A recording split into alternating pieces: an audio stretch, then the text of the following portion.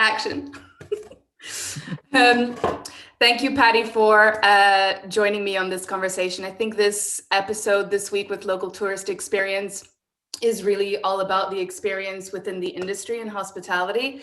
And it would be great to get your perspective on everything to do with motivation, mental health, and the sort of state that we are facing in the industry, because ultimately, what do you do when your industry shuts down? So it would be great to get a bit more about your background and what you're seeking to do with So Let's Talk, and then we'll get straight into it. Yeah, amazing. Yeah, and thank you so much for having me on. It's obviously something that I'm really passionate about. I'm guessing we'll be going into my journey with So Let's Talk, right? Yes. So where did it start? Yeah, amazing.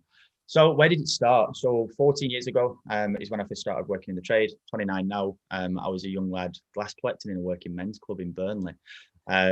So my dad was the chairman. It was an Irish League working men's club. And then I was KPing at the weekend. So I had 2 jobs when I was 15 and both were hospitality.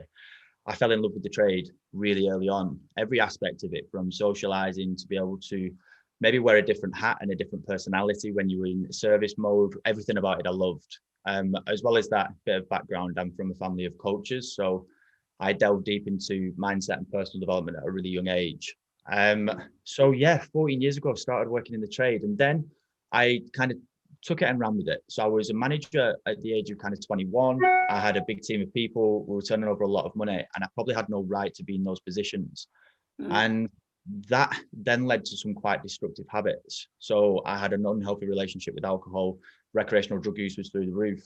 And then connection, whether it be with myself and with other people or with nature, was non-existent. I was only connecting with people inside of the industry that were perpetuating potentially destructive habits themselves. So I didn't know anything but. And I did that for 10 years plus. I was moving around the Northwest, either on a consultancy basis or general managing or managing amazing venues, which on the outset, everybody else looked at me and thought, oh, he's semi-successful. But actually, I was just in turmoil. And yeah, I did that for 10 years. Towards the back end of last year, I was working at a pop-up bar in Manchester doing some consultancy. And I went through the same cycle. I went out for 3 days, I had next to no sleep, and I turned up to all my shifts and nobody recognized that I wasn't compos mentis. And that was really scary. My tolerance levels were obviously through the roof. So yeah, I remember getting home and I was sat in my mum's spare room. And I thought to myself, I can't do it. I literally can't live this life anymore. So I had to make a decision to leave the trade and go and tackle some of these destructive habits that I had. So I went to an AA meeting and stopped drinking and stopped using drugs. But then also in the same vein, I got really frustrated. I remember thinking to myself, if I've been doing this for 10 years and I've not had an avenue for help, then where is it? It's not like I've not worked in a lot of different styles of the industry in a lot of different places. So I put a post out on the Manchester Bars page, which is a great network with inside of Manchester. And I had a rant and I said, look, I'm going to create a platform where people can openly talk about their mental health with inside of the industry. Can I get a room and some coffees? And I signed off the post with So Let's Talk. That post got a lot of traction. One of my really good friends who I've worked with previously on different projects, who's a designer, saw the sign off and sent me over a logo. So that's where the logo came from, and that's where the business idea. But my idea was this: I was so tired of seeing people suffering and then being given help. Why do we have to get to this stage where we're suffering before we start receiving any form of help? I explain it a little bit like this. Imagine going to a job interview for a role that involves heavy lifting. And during that interview process, somebody, the interviewer tells you that they're not going to provide you with training on how to lift the objects, but they will provide you with an amazing physiotherapist when you inevitably hurt yourself. You kind of question that way of thinking. So that's what we did at So Let's Talk. We questioned that way of thinking. That was February this year. We got started. We've now got a team of 19 people, really eclectic mix. We've got some people who are the heads of or the directors of the Manchester Hospitality Network, some people who have worked inside of the trade who are now therapists or counselors or PTs or yoga instructors. And we wanted to create training decks that really target some of the issues in the trade and some of the things that are causing the ill mental health. So sleep, nutrition, exercise, connection. But then also talk to business owners about the impact of mental and physical health on their teams and how we can start to maybe implement some business techniques and some ways of working that's going to eradicate those and hopefully increase productivity, increase profitability, reduce the staff turnover, all of these things that affect the industry. So that's where we're at. We're now partnered with Healthy Hospo. We've got training decks that are written by the likes of kind of Nick Littlehales, who's written our sleep training deck. He's the Man United sleep coach. He's Cristiano Ronaldo's one-to-one sleep coach. And Craig Fern, who's written our mental health training. He advises the European Union on mental health. What we do with the trainings is we take them, make them relevant for the hospitality industry from our experiences, and then deliver them from a place of experience. We didn't want experts coming in to talk to hospitality professionals that have never worked in the trade. So it's been a bit of a whirlwind. We've got a lot of other things going on, but that's the basis of what we do. Yeah, I mean, it's a huge topic, and there's so much interconnected there. So if we look back at the beginning, so from your story, it took you 10 years to realize I'm in this perpetual cycle. I'm not happy, or it's not bringing any happiness to me. And people around me don't seem to realize, or they're so used to it as a norm that they don't feel, that need to actually say anything or to have that chat with you, or maybe don't feel it's their place to, which is not funny, but it's interesting because in hospitality, it's a people to people business. It's all about taking care of other people, or giving that good experience, and then who's going to do that for us? So why is it that it took you that long to realize that that was dysfunctional? Yes, you started or you climbed up the ladder pretty quickly and were given a lot of responsibility and coped with it, but does that mean you weren't able to cope with all these other elements? So how do people recognize it in the first place, that it's just not something that's healthy? Yeah, and it's a really good topic and something I love talking about. There's a bit of a culture of earning your stripes. And if the people who are training the new wave of hospitality professionals have this mentality of, well, I had to do that to earn my stripes, you're going to have to do the same, then it's just going to keep on moving forward. And actually what we need to do is be quite disruptive and challenge that way of thinking. So for me, I was really aware. I had some quite big tools within inside of my armory from being a coach and living inside of that lifestyle with my family background. So I was really aware of my emotions and my feelings, and yet still didn't break out of that perpetual cycle, because for one, hospitality was my purpose. It wasn't just something that I did. I mean, you don't do it for the money. Let's get it straight. We are the lowest paid industry in the world at the moment. Well, in the UK specifically. And on the outset, if you were to say to somebody coming into the industry, you're going to have to work kind of 40 to 60 hours a week. You're going to get paid minimum wage at the beginning of your career. You're not going to be able to connect with your family. You're going to have to move on a whim if you want to kind of grow with inside of the industry. On the outset, you'd say, I'm not doing that. So the reason why people actually work in the industry is because it's a purpose. They've got an emotional attachment to service. They love providing the service, or working with food, or creating drinks. So that's why I stayed inside of it. And it's all I ever knew. I was brought up with it. It was so ingrained into my kind of DNA after a little while that I thought that was normal. And it took a really dark period of my life for me to go, something really needs to change. I had times during the industry where I knew it wasn't right, but then what I did is I changed my environment in the hope that it changed my reality, and it never happened. I was in so many different cities running away, but I never recognized that it was that running away that I was doing. Yeah.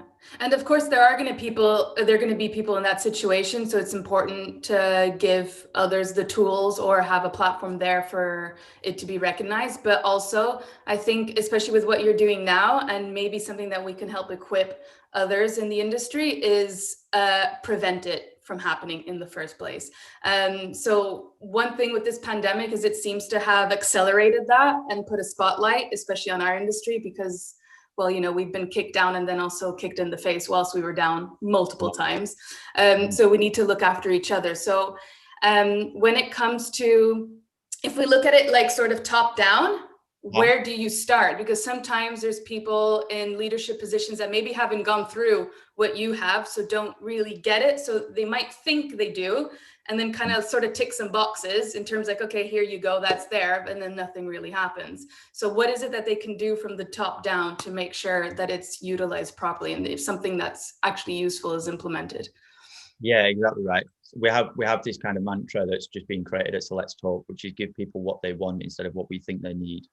For a long time with inside of businesses, we I've seen management. I've done it myself. I'll give people what I think they need, and all it really takes is to initiate conversations, but then listen to understand, not listen to respond. It's a really tough thing to learn. It's something that I had to learn myself when we're having conversations. It's to follow, not lead the chat, and then create an organic way of working going forward. It's going to change for all businesses. With our training decks, we tailor them to each organization, but what we do is we initiate conversations with the board level, with the CEOs, and we talk to them about what is the culture for them inside of the business. What are they looking to achieve here?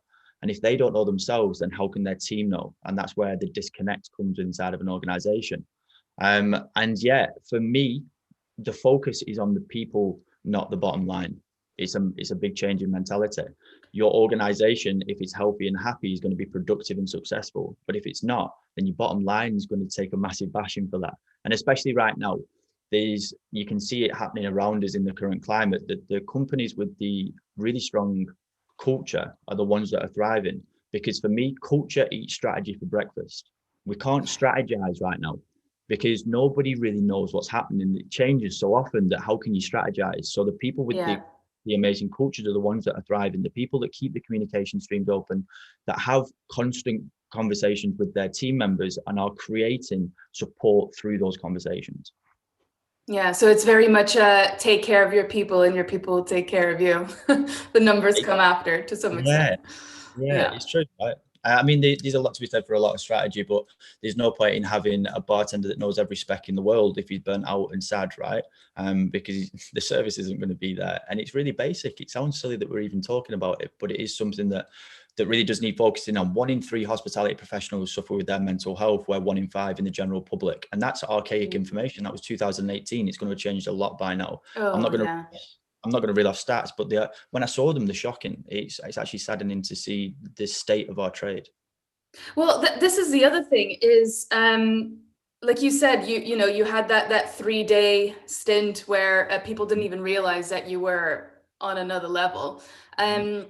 Is it a matter of people don't know how to recognize it, and that's what people need to educate themselves on? Or is it also there's not a safe enough environment to say it? Because as you know, when you're in that people to people thing, you kind of put on a front or you have another persona so you can appear to be totally okay on the outside, and you kind of learn to get pretty good at that, especially if you're used to dealing with some difficult customers. But then how far does that take you when it's then this big facade or a blocker for others to even recognize that you need help if you don't feel you can even ask for it? So how do you relieve that tension, or how do you bridge that gap? Yeah, and I want to make the point that So Let's Talk's here not to wag a finger, but to provide support. And you can't blame someone if they've never known, right? So sometimes people just aren't educated. So the conversation about mental health in the trade is quite a new one. It's been something that's been happening for years and years and years, but it's only recently that these organizations that have come about, which are amazing, have started to initiate the conversations about them. We create training decks that allow or educate some of the management on how to have conversations about mental health, but then also safeguard yourself in the process. Recognize it's not your mental health. You don't have to take ownership of it just because you're initiating a conversation with somebody else about it. But then also, what space do you do it inside of? How do you have a good conversation about mental health without over promising and under delivering? But then also, the whole structure of having, this is not a bashing, but mental health first aid professionals, it's incredible the fact that we've got these inside of businesses. But from having a small course to then being put in a position where you are the sole person that deals with that inside of your organization causes a lot of stress and tension. I believe that the system is to create tailored ways of working inside of an organization that revolve around mental, physical, and financial health, and making it a priority. In the trade, we wear these badges of honor for working 70 plus hours a week and living this rock and roll lifestyle that's no longer cool, and it's obviously not working for us. That old normal just didn't work. And actually, without rambling, right now, these periods of time where we're in lockdown have given us some space to be able to connect with what makes us a human being and not a human doing. And what we've heard from a lot of hospitality professionals is the anxiety of, how do I keep these positive habits that I've created during lockdown going forward when I go back into work? Because I've been able to connect with my friends and family. I've been able to make myself 3 meals a day and create a sleep routine for myself. But I'm worried that when I go back into the world of work, nothing's going to change and I'm going to go back into those destructive cycles again. Yeah, that's a big worry. That's when it then could potentially all collapse, especially if you don't have anything implemented or the workplace, the work environment doesn't support that. So that's an interesting one. So how would someone that isn't from upper management that helps setting the culture and the standards, et cetera, how do they bring that up without potentially risking their job or being judged or whatever it is? So how does that happen if leadership don't do it? Is it a matter of just leaving or what can you do? So that's where we start to initiate conversations.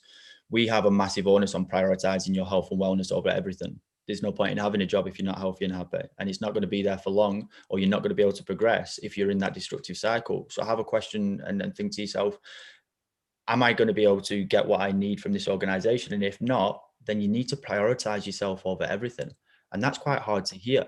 And yet these ways and conversations to be had, but that's what we're here for with So Let's Talk. So what I would ask people to do in that situation, if they don't feel comfortable enough to reach out and have those conversations with their senior team members, maybe get in contact with So Let's Talk. We've got a massive network of people. And actually a lot of the time it's the fact that people are scared to have that conversation, but actually when they have it, then people listen. So a lot of these organizations that we're talking to now have completely flipped on the head their thought process around mental health and well-being inside of the workplace and are initiating conversations with us before we do it with them about this situation. There's a big change happening, and it's one that's lovely to see. But again, going back to the question, for me, saying no is something that I didn't do in the industry. So signing contracts where it says you're going to have to work more than 60 hours a week, it's like I did that without even knowing about it. Or saying, yeah, do you know what, I'll cover that shift, or yeah, I'll come in on my day off because somebody's hungover and can't do delivery. Yeah, I'll take time out to do that. The power of no, and saying, actually, I'm going to value myself as a human before any kind of job that I do, because there's no point in me being in it if I'm not happy and healthy. Yeah, absolutely. No, that's a good point. So the main thing first is it starts with you. So create your own good habits and good mindset, and then hopefully that's reflected in the workplace as well. So then looking at it from the workplace side of things, so on the business side, let's say someone is super cold-hearted, they just don't get the emotional side or the mental health, or they've never been through it, and therefore they're responsible for the numbers, because ultimately that's what their job is, look after the numbers, and they just see that as a wasted expense, so to speak. Talk me through what that return on investment could be if you do invest in your people or you allow that healthy environment. Yeah, and this is a training that we provide, which is called Healthy Operations and the Business of Health. So we start talking about numbers, real cold, hard figures. Some organizations that our partners have worked with that are big hospitality businesses who have invested inside of our training had a staff turnover of kind of £3 to £4 million a year it was costing them within the first 6 months of working with our sister company. They've actually reduced that by 15%, and the training costs were nowhere near what the return was on that. So when you start talking about real cold, hard figures, we ask people to have a look at their staff turnover for the year. And for me, when I was a manager, to get below 100% staff turnover, we were given a bonus for doing that. 100% staff turnover, and I was given a bonus. In any other organization, in any other industry in the world, you'd be looking at us and going, what? So the team that you set the business up with, you wouldn't have at the end of the first year. That was normal. Going through 5 or 6 head chefs or 7 general managers was a normal. And it's kind of targeting that. But then also let's talk about kind of turnover at peak trading hours. So between 10 and 2, if you're a late night bar, how much money is your senior bar team making? Can we increase that by giving them a rota 4 months in advance that they maybe have some input on themselves, where they can create structure around their lives? All of these things that have a huge impact on the profitability of an organization. And let's not get things twisted. In business, that's a lot of the time what people are looking for is to make money. That's a conversation that you can have as well. Where's the culture of your business? But yeah, it's, for me, again, without rambling, we see it quite a lot, the generation gap between what I call... hot topic. your grassroots level workers and your senior board members. There's a massive generation gap there, and generations blame each other. It happens all the time. You see it on social media all the Absolutely. time. Yeah, boomers calling Gen Z snowflakes, or Gen Z's calling boomers archaic and bigots and whatever it is, and they blame each other, and that happens all of the time. We see it all the time, and what we look to do is bridge that gap through conversation and ask them to initiate conversations and listen to understand instead of to respond, and then create a resolution going forward. When I hear some boomers talk about the reason why they are so strict about people turning up on time and how they like structure inside of their organization, I get it. I get it now that I've listened and that I understand. But before I thought, why are you making me kind of come in 15 minutes early when I'm not getting paid for it? Or all of these things that in the business didn't make sense to me. So what we ask is for maybe some of the grassroots level workers to sit on the board once a month on a board meeting and express what it is that they need to feel valued inside of the business, and that hopefully will make the business go forward. Yeah, I think that's, well, baby steps.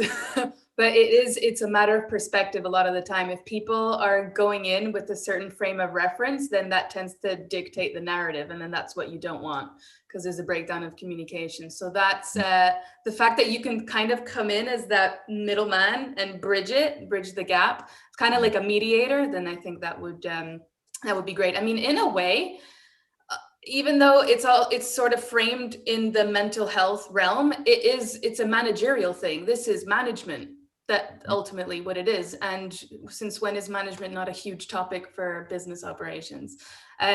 So yeah, I think there's definitely something there to close things off. What are the key sort of recommendations that you would give from management's perspective? Because I think it ultimately there's a big responsibility there to start with. So what would you say are like the top 3 or top few things for them to do? How do they approach it if they've never really done this before?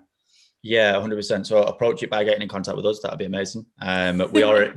We are a non-for-profit. That sounds like a massive plug, but we're a non-for-profit. So let's talk. So we're not here to make money. It's to make a difference. That sounds really cliche, but that is our goal and target. And then you start with yourself. You can't make a culture change inside of your organization if you're the one setting the culture and you don't know what your own is. So you work on yourself and have a look at how you're valuing yourself as a person, and whether you work on your own health and well-being, because it's hard to implement a culture inside of a business when you don't know. And then from there, it's to create tailored packs and training decks for your company. Not give people what it is that you think they need, but give them what it is that they want. And you do that by initiating conversations, having a clear communication stream with your organization, and listen to understand. For us, then it's implementing trainings, but trainings that might change for the business. There's no point in us coming in to talk to a business about their, what we call a shift unicorn, their rotoring, if they've already got amazing rotoring in place. So that's another part of it as well. Invest in your people, as well as just the business. It's a massive tool for you to be able to help your business go forward. It's just invest inside of your team. Make sure that they're happy and healthy and invested in the side of your business. Things will flourish.